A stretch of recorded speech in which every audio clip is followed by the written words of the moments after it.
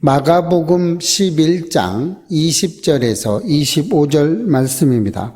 한 목소리로 천천히 봉독합니다. 그들이 아침에 지나갈 때에 무화과 나무가 뿌리째 마른 것을 보고 베드로가 생각이 나서 여짜오되 라삐여 보소서, 저주하신 무화과 나무가 말랐나이다. 예수께서 그들에게 대답하여 이르시되 하나님을 믿으라. 내가 진실로 너희에게 이르노니 누구든지 이 산더러 들려 바다에 던져지라 하며 그 말하는 것을 이루어질 줄 믿고 마음에 의심하지 아니하면 그대로 되리라. 그러므로 내가 너희에게 말하노니 무엇이든지 기도하고 구하는 것은 받은 줄로 믿으라. 그리하면 너희에게 그대로 되리라. 서서 기도할 때에 아무에게나 혐의가 있거든 용서하라. 그리하여야 하늘에 계신 너희 아버지께서도 너희 허물을 사하여 주시리라 하시니라. 아멘. 기도하겠습니다. 하나님, 이 저녁에 저희들 불러주셔서 하나님 전에 모이게 하시고 또 응답되게 하시고 하나님 은혜 주시니 감사합니다. 우리의 지치고 병든 몸을 주님 전에 이끌고 왔사오니 하나님 축복해 주셔서 응답해 주시고 함께 해 주시고 동행해 주셔서 우리의 생각과 마음과 몸을 주님이 주관하시고 주님이 함께하여 주옵소서. 우리가 날마다 주님 앞에 고백하기를 원합니다. 나의 주요 나의 구원자이심을 날마다 고백하게 하시고 함께 하셔서 은혜 드려 주시옵소서. 누가 왔든지 은혜 받게 하여 주셔서 그들이 주님께만 경배드리는 삶이 되게 하여 주시옵소서. 감사드리옵고 예수님의 이름으로 기도합니다. 아멘. 매일매일 예배가 기도가 또 좋아지고 있어요. 기대되죠? 여러분의 삶도 기대될 겁니다. 매일 기도하고 있는데 또 말씀 들으며 기도하고요. 너무나 좋은 것 같아요. 이렇게 세상 사람들은 모두 다 형식은 다르지만 각기 기도를 합니다. 믿지 않는 사람들은요, 믿지 않는 대로 나름대로 기도해요. 또 종교를 가진 사람들은 각자의 종교의 윤리대로 자기들이 원하는 대로 기도를 합니다. 종교가 없는 사람이든 있는 사람이든 무속인이든 기독교인이든 개신교인이든 어느 종교를 막론하고 기도를 안 하는 사람은 없습니다. 모두 다 기도를 하죠. 그러나 그 기도의 대상과 기도를 하는 행위는 각각 다르게 됩니다. 제가 이제 30살까지 여러 절에서 이렇게 생활을 했었어요. 그러니까 절에 대한, 불교도인에 대한 책도 좀 읽었고요. 그러니까 좀 조예가 있겠죠? 기도할 때, 불교는요, 기도할 때 고행을 중점적으로 합니다. 그래서 깨달아야 돼요. 그래서 불교인들은 대부분 어떤 것을 하면 절을 하면서 경배를 드립니다. 우리는 묵상과 기도, 하나님께 경배드리죠. 그런데 불교인들은 이렇게 하면 고행이 되지 않기 때문에 절을 합니다. 그래서 기본적으로 3배라고 그럽니다. 3배, 절을 3번 합니다. 그러니까 절에 가면 기본적으로 3배를 해요. 그러다가 이제 조금 어떤 문제가 있거나 좀 깊이 기도해야 될 때가 있으면 108배라는 걸 합니다. 그 정도에 따라서 108배를 보편적으로 합니다. 어떤 우리로 말하면 중보기도나 이렇게 좀 기도의 용량이 있어야 될 때는 이렇게 합니다. 요거보다 조금 더 좀 강하게 들어가면 540배를 합니다. 절을. 요거보다 조금 더 강하게 하면 1080배를 합니다. 보통 1080배 보통 사람은 잘 못합니다. 이제 여기에서 이제 불교의 꽃이라고 불리는 불교에서 말하는 3600배가 있습니다. 네, 물론 저도 3600배를 한 서너 번 했어요. 저녁에 10시쯤 시작하면 아침에 8시쯤 끝납니다. 그러니까 체력이 많이 좋은 사람들은 그렇고요. 보통적으로 1500배 정도 하면 웬만한 여자는 기절을 합니다. 못 일어나죠? 막 그렇게 어렵습니다. 근데 저는 이제 3,600배를 3번, 4번, 몇 번 했습니다. 끈질기게 했어요. 그땐 체력이 좀 좋았습니다. 여러분, 불교인이 아닌 것을 좋아하셔야 됩니다. 자랑스러워 하셔야 됩니다. 우리 권사님 3,600배는커녕 500배만 하면 도망갈 겁니다. 이렇게 불교인들은 고행을 함으로 이렇게 자기가 기도를 한다고 생각을 합니다. 그래서 깨달아야 되는 거죠. 불교는 고행과 깨달음이 거의 전부라고 봐도 됩니다. 그럼 무속인들은요? 또 제가 또 무속인을 또 한 10여 년 해봐서 또 잘합니다. 전 경험만 가지고 이야기합니다. 무속인들은 대상이 참 수시로 바뀝니다.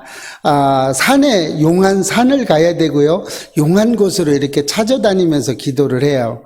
그러니까 내가 어떤 기도를 할 거냐에 따라서 이쪽 산으로 가야 되고요. 뒷산으로도 가야 되고요. 앞산으로 가야 이게 다 바뀝니다.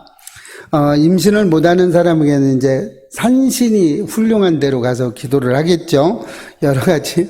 왜 그러냐면 각자 맡은 귀신이 따로 있어요. 그 귀신한테 가서 해야 잘 됩니다. 그래서 이렇게 가고요. 특히 무속인들은 경건이라는 것을 굉장히 강하게 강조합니다. 어느 때만. 다른 게 여기에요. 우리 개신교인들은 경건이나 어떤 것을 끝까지 언제든 해가는데요. 이 불교인들은요, 이게 구슬하려고 날짜를 잡으면 그때부터 경건하게 돼야 돼요. 그때부터는요, 부정적인 말을 해서도 안 되고요, 음식도 가려 먹어야 돼요. 아무거나 먹으면 안 돼요. 날짜 잡았을 때 얘기입니다. 그리고요, 어떤 부정적인 행위도 하면 안 돼요. 화도 내면 안 되고요. 그러니까 그때 이렇게 조금 여러분들이 좀 복수할 기회가 되면 무속인들이 굿을 잡아놓은 그때 가서 뭐라고 얘기해도 그들은 화를 내지 않습니다. 화를 내면 안 돼요. 부정타요. 그래서 안 합니다. 경건에 방해되는 모든 것들을 하면 안 돼요. 그러면 부정타서 굿이 안 되는 거예요.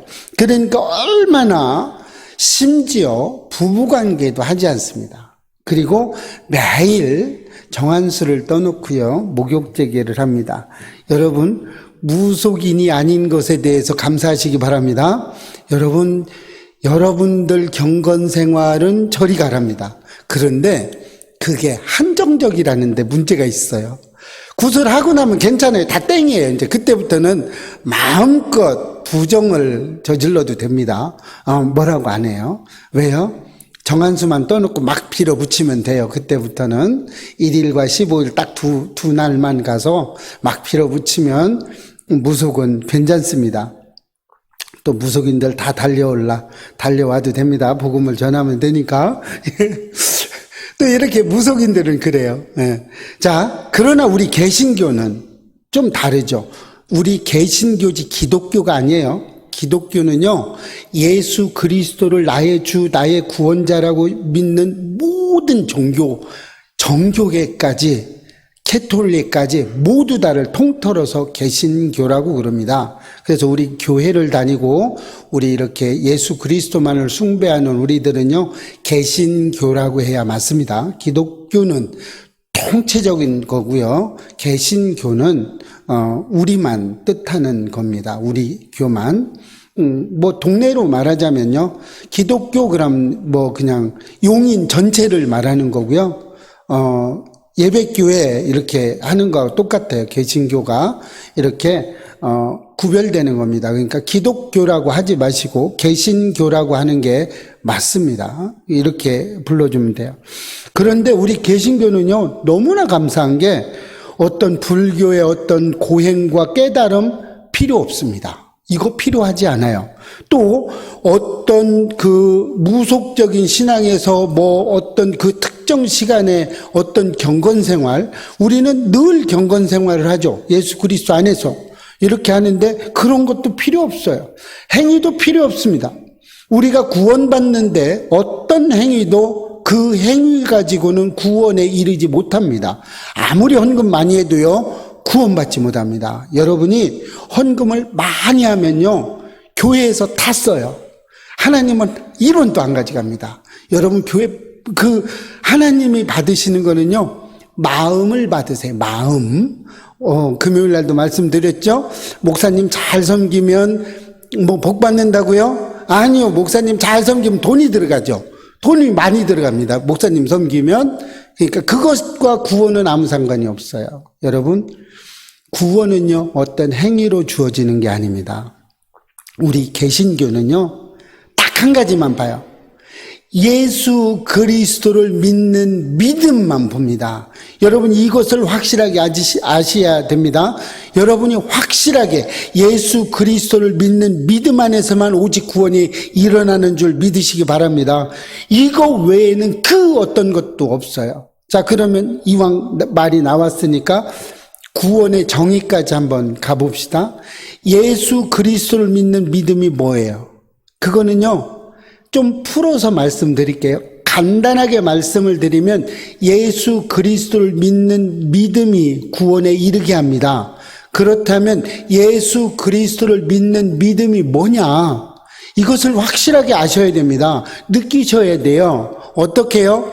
예수님이 내 죄 때문에 십자가에 달려 돌아가시고 3일 만에 반드시 부활하셔야 됩니다. 이 부활을 안 믿으시면은요, 사두개인이 됩니다. 부활을 믿으셔야 됩니다. 예수 그리스도가 내 죄 때문에 십자가에 달려 돌아가시고 3일 만에 부활하시고, 그리고 부활하신 다음에 40일 동안 우리 사람들의 몸에 보였어요. 눈에. 그리고 우리를 구원하시기 위해서 성령 하나님을 우리에게 보내주시기 위해서 들려 올라가셔서 성령 하나님을 보내주시고 하나님 우편에 앉으셨어요. 이것이 예수 그리스도를 믿는 믿음입니다. 이 믿음이 내 마음속에 확 와 닿아야 됩니다. 이 믿음이 내가 고백할 수 없는 믿음이라면 여러분들의 구원에는 문제가 있기 시작합니다. 여러분의 구원에 종이 울린 거예요. 빨간불이 들어온 겁니다. 다시 한번 설명해 드리겠습니다. 예수 그리스도가 내 죄 때문에 십자가에 달려 돌아가시고, 이게 믿어지셔야 됩니다. 3일 만에 부활하시고, 이게 또 믿어지셔야 됩니다. 성령 하나님을 보내기 위해서 하늘로 들러 올라가셔서 성령 하나님을 보내신 것, 이것이 믿어지셔야 됩니다. 매일매일 이것이 고백되어져야 됩니다. 그냥 지식적으로 아는 것이 아니고요, 믿어지셔야 됩니다. 이게 믿어지시면 여러분의 구원에는 문제가 하나도 없습니다. 이게 믿어지지 않는다면 여러분의 구원에는 문제가 있습니다. 이것이 구원입니다.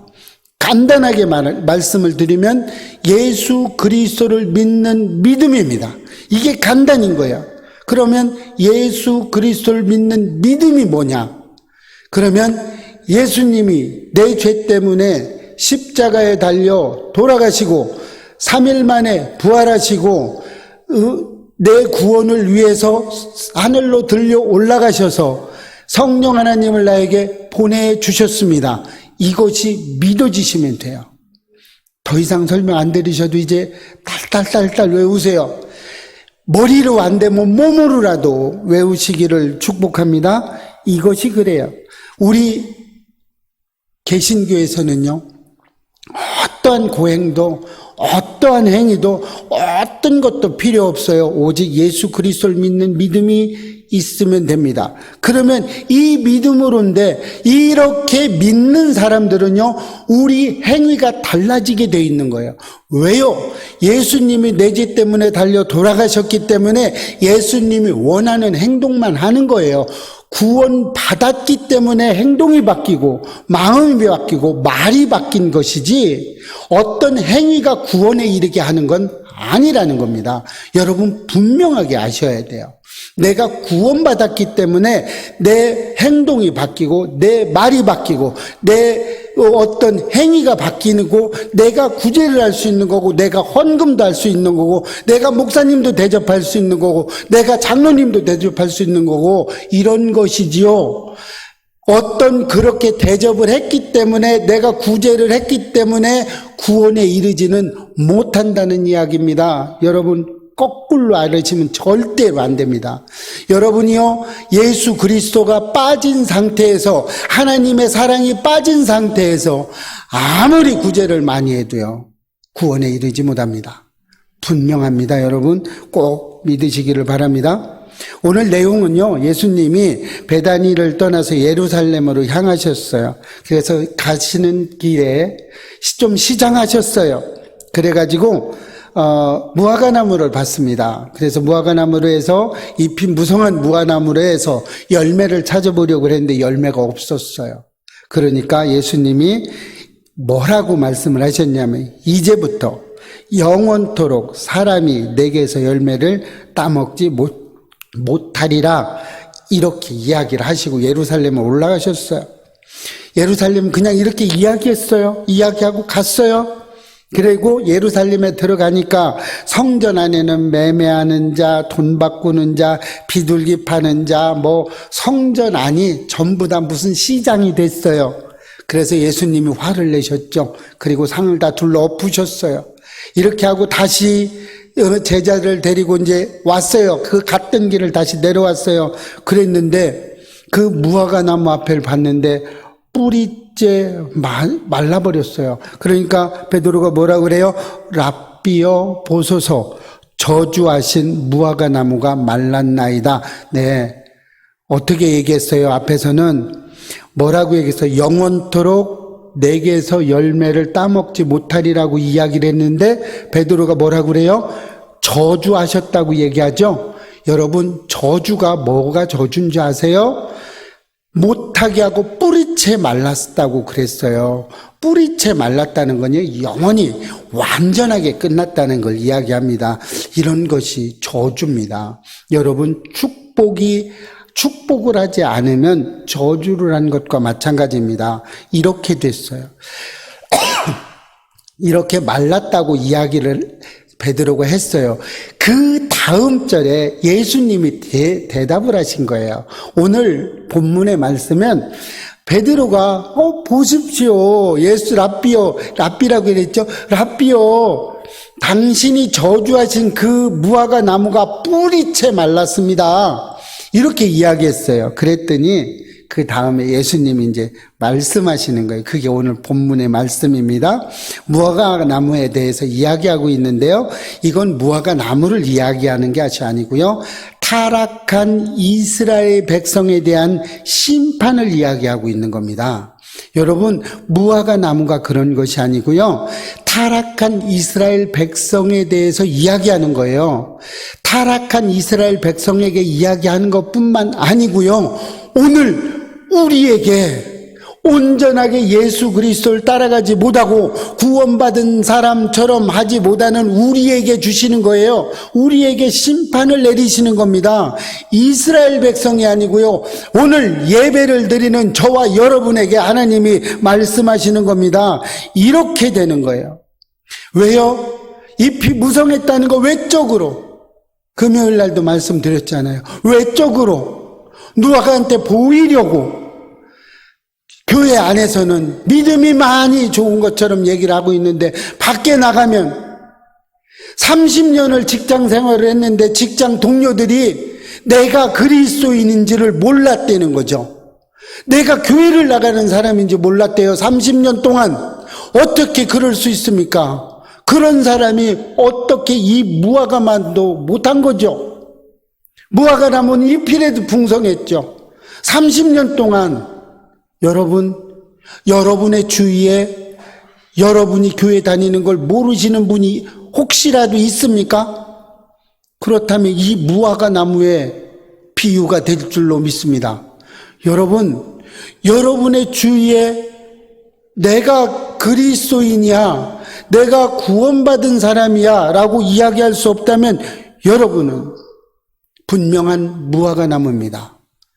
여러분은 무화과 나무와 다를 바가 없어요. 예수님에게 그렇게 되면 징계를 받을 수밖에 없습니다. 우리는 이런 거예요. 왜요? 우리는 불모성이라고 그러는 불모성. 여러분 모성애라는 거 알죠? 이 모성애가 아니라는 거예요. 예수 그리스도를 따라가는 그런 것이 아니라고 이야기합니다. 여러분 이런 사람은요 절대로 구원받을 수가 없고요.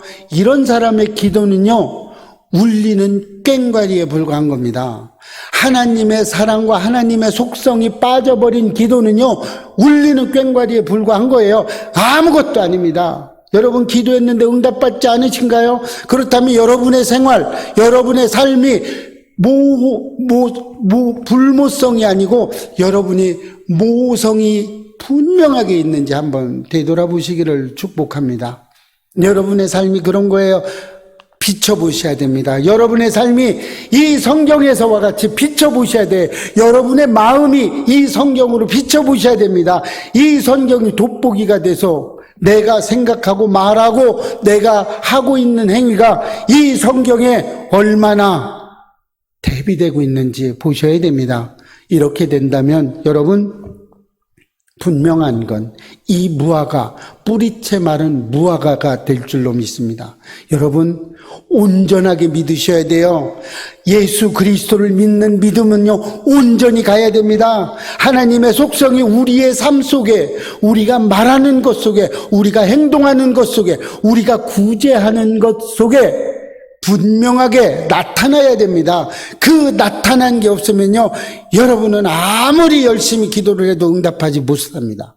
아무리 무엇인가를 해도 이루어지지 않아요. 되지를 않습니다. 이 산을 옮긴다는 말은요 성전을 이야기합니다. 이 시대에 산 꼭대기에다가 성전을 지었답니다. 그래서 산을 이야기하고요. 바다를 던지는 거, 이거는 3일 만에 부활하는 예수 그리스도를 뜻하는 겁니다.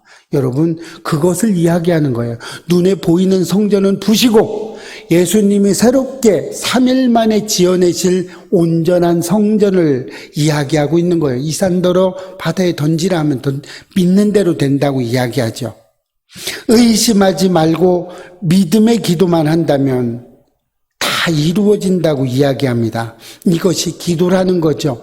우리가 의심하지 말고 그대로만 하면, 우리가 그대로만 하면 예수 그리스도가 내 죄 때문에 십자가에 달려 돌아가신 것이 믿어지신다면 여러분은 분명하게 구원을 받을 수 있다는 겁니다. 그렇다면 여러분이 기도한 대로 그대로 내 믿음대로 된다고 이야기하십니다. 자, 그렇다면 기도에 응답받기 위해서 이렇게 응답을 받으려면 어떻게 해야 될까요?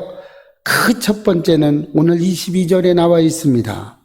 하나님을 믿으라 라고 이야기하고 있습니다. 자, 믿어야 됩니다. 기도에 있어서 가장 중요한 건 하나님을 믿는 것입니다. 여러분, 믿음 없이 기도를 왜 하십니까? 해주실 수 있으시면 해주십시오 라고 하실 거면 왜 기도하십니까? 왜 의심하면 아무것도 되지 않는다고 이야기합니다. 아브라함이 창세기 22장에서 이삭을 번제로 드리려고 했어요. 이때 아브라함은 얼마나 간절했겠습니까? 아마도 그는 기도할 때 피눈물이 떨어졌을 거예요. 창세기 12장 2절에서 하나님은 이야기했어요. 아브라함에게 어떤 걸 믿었어요? 아브라함은 이삭을 드리면서 그렇게 애타면서도 한마디 안 하고 순종합니다. 왜요? 창세기 12장 2절에서 하나님의 언약이 있었습니다. 여러분, 하나님의 언약을 붙드시면요 절대 멸망하지 않습니다. 항상 언약을 붙드셔야 됩니다. 이 하나님은요 언약으로만 체결이 됩니다. 창세기 12장 2절에서 뭐라고 그랬냐면 내가 너로 큰 민족을 이루고 내게 복을 주신다는 말, 이 말을 아브라함은 그대로 믿었던 거예요. 내가 이삭을 죽이지만 제2의 이삭, 제3의 이삭을 다시 주신다고 말씀하신 겁니다. 이것을 믿은 거예요. 믿어진 거예요. 여러분 믿음이 있어야 됩니다. 이렇게 믿을 수 있어야 돼요. 이 믿음이 어디에 그대로 나타나는가요? 히브리서 11장 19절에 그때의 아브라함의 그 속성 어떻게 믿었는지를 다시 한번 이야기해 주고 있습니다. 그가 하나님이 능히 이삭을 죽은 자 가운데서 다시 살리실 줄로 생각한지라. 아브라함은 이렇게 생각하고 있어요. 내가 각을 떠도 하나님이 오시면 하나님이 다시 원상복귀를 해주실 줄 믿은 거예요. 다시 이삭을 살려내실 줄 믿은 거예요. 이 믿음이 아브라함을 열국의 아비라고 만들어진 겁니다. 여러분 믿으시기 바랍니다. 민수기 13장 이하에 보면요, 모세가 젖과 꿀이 흐르는 가나안 땅에 들어가면서 12지파의 한 명씩을 불러서 12정탐꾼을 보냅니다. 여러분들도 잘 알고 있죠. 12정탐꾼 중에 10명은 부정적인 말을 합니다. 그리고 2명만 눈의 아들 여호수아와 갈렙 두 사람만 들어가게 돼요. 그랬는데 10명의 그 많은 백성들은요, 옷을 찢으며 여호수아와 갈렙을 죽이려 했습니다. 결국 어떻게 됐나요? 여호수아와 갈렙을 뺀 모든 백성은 젖과 꿀이 흐르는 가나안 땅에 들어가지 못하고 모두 다 죽었습니다. 여러분, 이런 겁니다. 믿음이 없이는요, 아무것도 할 수 없다는 거예요. 여러분이 가나안 땅에 들어가시고 싶으십니까? 여러분, 그 가나안 땅이 우리의 구원이 되는 줄로 믿으시기 바랍니다. 그 가나안 땅에 들어가기 위해서는 우리가 온전하게 하나님을 믿으셔야 됩니다. 성경에는 32,500가지의 약속의 말씀이 있습니다. 하나님의 언약의 말씀이 있습니다. 이 언약을 붙드시는 저와 여러분 되시기를 축복합니다. 믿고 가야 돼요. 하나님을 믿으시기를 바랍니다. 아무것도 조건이 없어요. 믿으라는 거예요. 그냥 믿으라는 거예요. 여러분의 자녀들이 여러분을 믿지 못한다면 어떻게 되겠습니까? 아마도 온전한 가정을 이루기는 어렵지 않겠습니까? 여러분, 하나님을 믿으시기 바랍니다. 하나님이 내 아버지가 되세요. 육신의 아버지는 다른 사람이 될지 모르지만 영의 아버지는 하나님 아버지인 줄 믿으시기 바랍니다. 그래서 우리는 믿음 없는 자가 되지 마시고 믿음 있는 자가 되시기를 주의 이름으로 축복합니다. 두 번째, 응답받기 위해서는요, 꿈과 비전을 가져야 합니다. 23절에 나왔습니다. 내가 진실로 너희에게 이르노니 누구든지 이 산더러 들려 바다에 던져지라 하며 그 말하는 것이 이루어질 줄 믿고 마음에 의심하지 아니하면 그대로 되리라. 이렇게 이야기하고 있어요. 이 이야기는요, 우리에게 꿈과 비전을 이야기해 주는 겁니다. 여러분이 꼭 하고 싶은 게 있으세요? 그것이 기도의 제목이 되는 거, 목적이 되는 거겠죠. 이 목적을 이루고자 어떻게 이룰 것이냐, 갈 수 있는 것이 꿈과 비전이 되는 것입니다. 여러분, 내가 성공하기 위해서는요, 성공하는 꿈과 비전을 가지고 있어야 돼요. 목표를 가지고요, 이 목표를 이루기 위해서 내가 어떻게 해나가야 되는 꿈과 비전을 가져야 되는 겁니다. 이렇게 했을 때 우리는 그 목적을 이룰 수가 있습니다. 우리의 목적은 어디에 있나요? 응답에 있습니다. 그렇죠?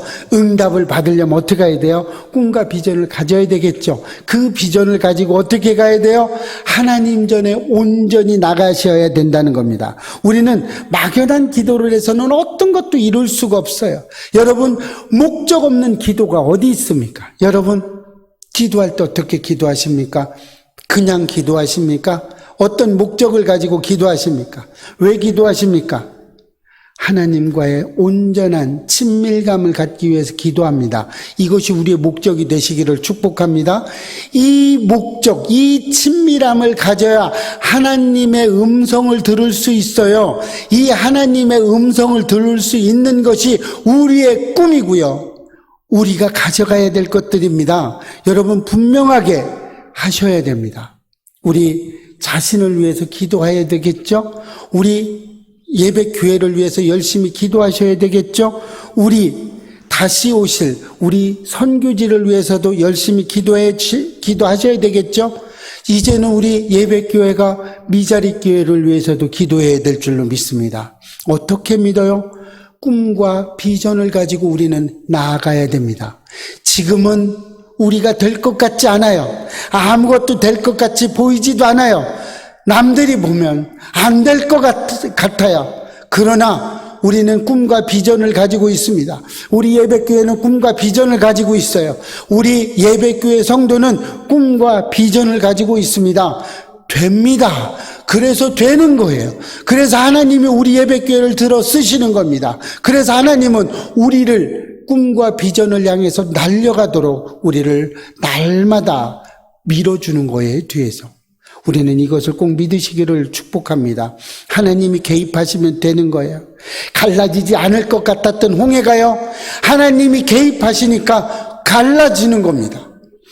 그 애굽의 군대들이 쫓아오는데요. 네, 여러분, 쫓아왔어요. 애굽 그 홍해는 갈라지지 않았어요. 얼마나 다급했겠습니까?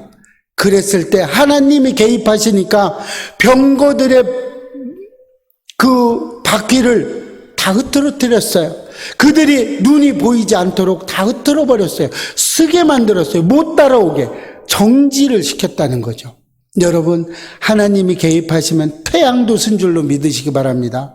모세와 아론, 훌이 받쳐줬을 때 태양이 섰어요. 결국 여호수아가 이끈 군대가 아멜렉을 이긴 줄로 믿으시기 바랍니다. 그렇게 나와 있어요, 성경에. 하나님이 개입하시면 못할 것이 아무것도 없습니다. 우리 예배교회 꿈과 비전을 주셨어요. 하나님이 개입하시기 시작하셨어요. 이제 무엇인가 보여지기 시작했어요. 이제는 왜요? 핍박이 많아요. 요즘 보면 핍박이 많은 걸 느낍니다. 이렇게 핍박이 많다는 건 뭡니까? 하나님이 이제는 본격적으로 개입을 하셔서 사단도 본격적으로 개입을 하셨구나. 네, 보면 됩니다. 사단이 개입한 걸 보면 하나님이 개입하신 걸 우리는 알 수 있어요. 왜요? 온전하게 가야 되거든요. 그러면 사단도 뜁니다. 왜? 사단이 왜 뛰어요? 사단이 뛰어야 우리를 무너뜨릴 수 있기 때문에 그렇습니다. 예배교회에 자꾸 고난이 옵니다. 왜요? 사단의 공격이 옵니다. 그래도 괜찮습니다. 왜요? 하나님이 뒤에 개입하고 계시거든요. 그래서 우리는 기쁜 겁니다. 고난이 와도 기뻐요. 내 물질이 나가도 기쁩니다. 상관없어요. 핍박이 와도 기쁩니다.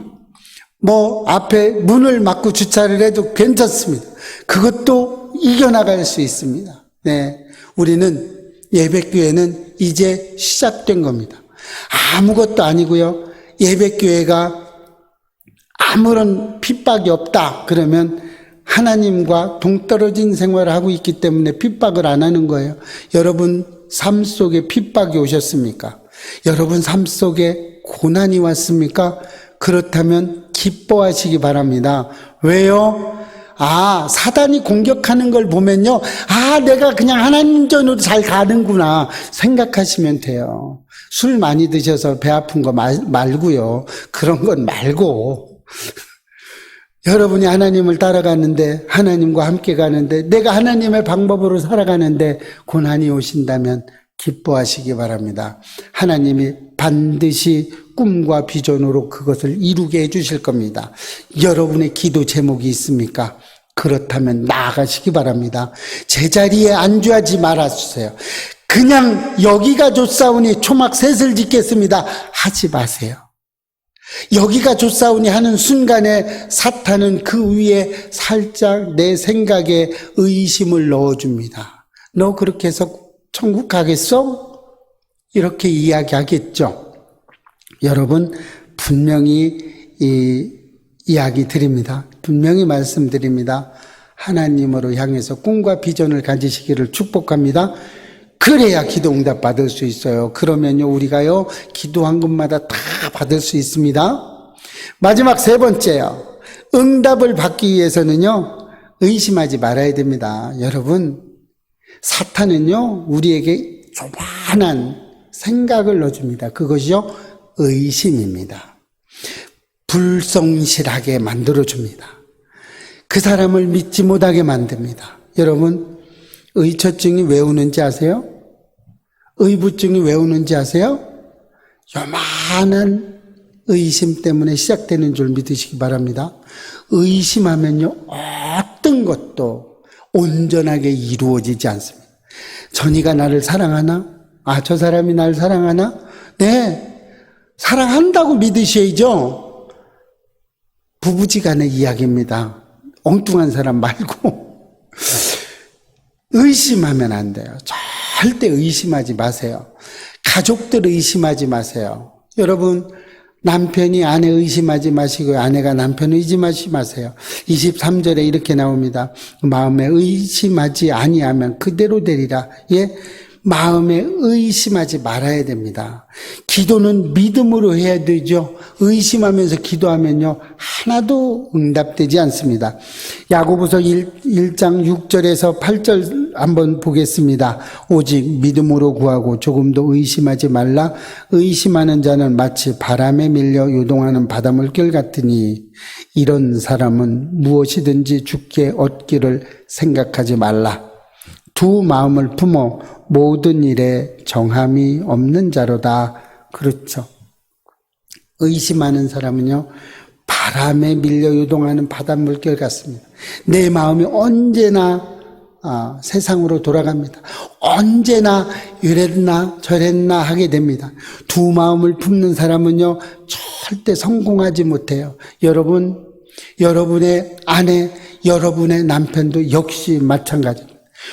두 사람을 사랑하게 되면은요, 온전한 사랑이 될 수가 없습니다. 여러분, 그걸 분명하게 아셔야 돼요. 여러분, 썩은 계란 1개와 싱싱한 계란 4개가 있습니다.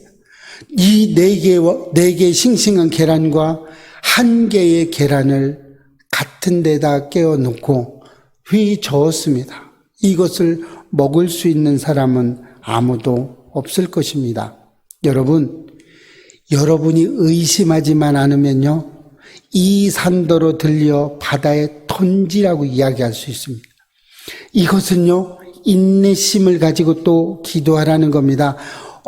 언제나 우리는요, 보이지 않는 믿음을 가지고 있어야 돼요. 의심으로 하는 게 아니고요, 내가 그 믿음을 가지려면요, 보이지 않는 것에 믿음을 가지셔야 됩니다. 히브리서 11장 1절에 믿음은 바라는 것들의 실상이요 보이지 않는 것들의 증거라고 말씀하고 있습니다. 여러분, 어떤 것이 와도요, 우리는 의심하지 말아야 되고요, 보이지 않는다고 없는 게 아닙니다. 여러분, 보이지 않는다고 나와 함께 하지 않는 게 아니에요. 여러분의 삶 속에, 여러분의 마음 속에 하나님은 늘 동행하고 계세요.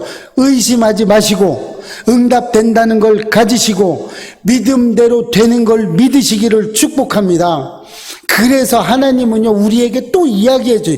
빌립보서 4장 6절 7절에서 아무것도 염려하지 말고 다만 모든 일에 기도와 간구로 너희 구할 것을 감사함으로 하나님께 아뢰라. 그리하면 모든 지각에 뛰어난 하나님의 평강이 그리스도 예수 안에서 너희 마음과 생각을 지키시리라라고 이야기하고 있어요. 얼마나 하나님 자상해요. 얼마나 자상하십니까? 이런 사랑이 하나님이에요. 우리가 어떻게 하든 어떻게 믿든 아무것도 걱정하지 말라고 합니다. 의심하지도 말고요. 얼마나 답답하시면 이렇게 기록까지 해놓으셨어요. 자상하시기도 하시죠. 또 24절에 무엇이든지 기도하고 구한 것은 받은 줄로 믿으라. 그리하면 너희에게 그대로 되리라고 말씀했어요. 이 고백이 우리의 고백이 되시길 축복합니다. 우리 뭐 해놓고 그러죠. 아이, 기도 이거 되겠어, 이거 뭐 안 되지 뭐. 기도해놓고, 그럼 기도 왜 했어요? 하지 마시지. 그게 의심입니다. 여러분, 아무리 사소한 거라도요, 기도하시기를 축복합니다. 하셔야 돼요. 여러분, 어디 장기간 출타를 하고 오거나 어디 먼 길을 갔다 오면 여러분, 밤에 돌아와서 기도하십니까? 기도하셔야 돼요. 안전하게 갔다 온 것에 대해서 기도하셔야 됩니다. 누가 지켜주셔서? 하나님이 지켜주셔서 잘 갔다 왔습니다. 오늘도 죽지 않고 왔네요. 네, 이렇게 믿으셔야 됩니다. 여러분, 아침에 눈 뜨면서 감사 기도가 막 절로 나오시나요? 감사 기도가 안 나오신다면 여러분 하나님을 의심하고 있는 거예요. 여러분 하나님이 내 삶을 주관하고 있다는 것이 의심되는 거예요. 아침에 일어났는데 눈을 떴는데 휴대폰이 내 눈앞에 오나요? 그렇다면 여러분 하나님을 온전하게 믿는 게 아니에요. 하나님을 온전하게 믿는 게 아니고 의심하고 있는 겁니다. 여러분 믿음이 없으면 의심이 들어온 거예요. 믿어지시기를 축복합니다. 저는요 대전에 무슨 볼 일이 있어서 갔다 오든지 서울에 어디 갔다 오든지 꼭 감사 기도를 드려요. 하나님 안전하게 지켜주시고 갔다 올 수 있도록 해주셔서 감사합니다. 병이 낫지 않게 해주셔서 감사합니다. 병이 나지 않게 해주셔서. 갔다 오면서 병 나는 사람들 많죠? 그런 사람들 많습니다. 저 아는 분도 오늘 코로나 걸렸답니다. 또 지금 집에서 열심히 지금 감기와 싸우고 있습니다. 이런 거예요. 우리가 의심하지 않는 거 아무것도 아니에요. 별거 없는 것 같죠? 의심하지 않는 거는요 다 그렇게 되는 겁니다. 의심만 안 하면요 우리는 응답받을 수 있습니다. 마지막 네 번째로요 응답받기 위해서는 우리 용서해야 됩니다. 오늘 25절에 잘 나와 있죠? 용서해야 됩니다. 우리가 용서하면요 하나님은 우리의 허물을 다 덮어주세요. 모두 다 덮어주세요. 온전한 기도를 하기 위해서는요, 온전한 응답을 받기 위해서는요, 우리는요 용서가 먼저 있어야 됩니다. 내가 땅에서 무엇이든지 매면 하늘에서도 매일 것이요, 내가 땅에서 무엇이든지 풀면 하늘에서도 풀리라. 마태복음 16장 19절에서 이렇게 이야기하고 있어요. 그래서 우리는 용서해야 되는 거예요. 이 땅에서 풀지 않으면요 하늘에서도 안 풀린다는 겁니다. 이 땅에서 매면요 하늘에서도 매인다는 거예요. 그렇다면 반대로 이 땅에서 풀면 하늘에서도 풀린다고 이야기하는 겁니다. 여러분 이런 말이 아무에게나 혐의가 있거든 용서하라고 이야기하고 있습니다. 용서는요 하나님이 우리에게 주신 가장 큰 계명 중에 하나입니다. 여러분 속에 지금 이 순간 어떤 사람이든지 용서를 못한 사람이 있습니까? 그렇다면 내일 용서하지 마시고요 지금 이 시간에 용서하시기를 바랍니다. 여러분의 삶에 도저히 나는 저 사람 용서할 수가 없어 라고 생각을 하신 사람이 있다면 오늘 분명히 말씀드립니다. 응답되지 않는다는 거예요. 응답받기 위해서는 반드시 용서하시기를 축복합니다. 지금 이 순간 하시면 돼요. 너희를 박해하는 자를 축복하라고 이야기하고 있습니다. 축복하고 저주하지 말래요. 여러분을 박해한 사람이 있습니까? 저를 박해한 사람이 있습니까? 네, 있어요. 그러면 저주하지 마시고 축복하라고 하십니다. 여러분이 여러분의 힘이 되는, 여러분이 온전하게 쓰고 있는데 방해가 되는, 여러분의 삶 속에 끊을 수 없는 어떤 못이 박힌 게 있다면 지금 이 순간 푸시기를 축복합니다. 모두 다 용서해 주세요. 모두 다. 마태복음 5장 23절 24절에 예물을 제단에 드리려다가 거기서 내 형제에게 원망 들을 만한 일이 있거든, 생각나거든, 예물을 제단 앞에 두고 먼저 가서 형제와 화목하고 그 후에 와서 예물을 드릴지라. 이렇게 이것을 잘못 오해해서 많은 사람들은 다른 사람을 내가 용서를 못한 걸로 생각하는데요. 반대예요. 내가 다른 사람에게 잘못한 게 있으면 갔다 오라는 얘기입니다. 다른 사람이 나를 잘못 생각하고 있다면 갔다 오라는 거예요. 이렇게 원망 들을 만한 일이 있는 것이 생각나거든.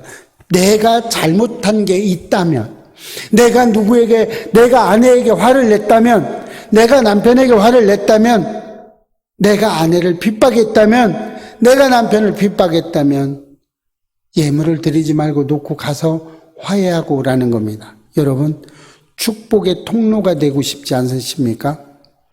축복받고 싶지 않으십니까? 여러분의 삶이 날마다 좋아지시기를 축복합니다. 여러분의 삶이 날마다 맞는 것이 아니에요. 날마다 하나님 앞에 온전해지시기를 축복합니다. 스데반이 설교를 하고요. 죽으면서도 저들의 죄를 돌리지 말라고 용서했습니다. 여러분의 삶은 용서가 막 되시나요? 제가요, 용서가 잘 안 될 때 제가 매일 생각하는 성경 구절이 있습니다. 그게 무엇이냐면요. 내가 하나님 앞에 1만 달란트를 탕감을 받았는데 내가 100데나리온을 나한테 빚진 자를 내가 용서하지 못하고 감옥에 가두고 때리고 했다면 나는 하나님 앞에 1만 달란트를 빚진 자로서 어떻게 되시겠습니까? 성경의 그 뒤에 나는 하나님이 벌하신 줄로 믿으시기 바랍니다. 내가 1만 달란트를 탕감받았습니다. 그러니 이제는 내가 100데나리온을 용서 못할 일은 없습니다. 여러분의 삶에 용서가 가득하시기를 축복합니다. 지금 이 시간 하는 거예요. 내일 하는 게 아닙니다. 지금 이 시간 용서하시기를 축복합니다. 응답받기 위해서는요, 하나님을 믿으셔야 됩니다. 응답받기 위해서는요, 꿈과 비전을 가지셔야 됩니다. 응답받기 위해서는요, 의심하지 말아야 됩니다. 응답받기 위해서는요, 용서하셔야 됩니다. 이 고백이 저와 여러분의 고백이 되시기를 주의 이름으로 축복합니다. 기도하겠습니다. 오늘 기도 응답에 대한 말씀이 우리의 마음속에서 100배의 열매를 맺을 수 있도록 인도하여 주시옵소서. 말씀이 살아있게 도와주시고 그 살아있는 말씀이 우리의 일상생활에 적용될 수 있도록 인도하여 주시옵소서. 그래서 이 세상에서 빛과 소금의 역할을 감당할 수 있도록 하나님 축복과 은혜를 더하여 주옵소서. 예수님의 이름으로 기도합니다. 아멘.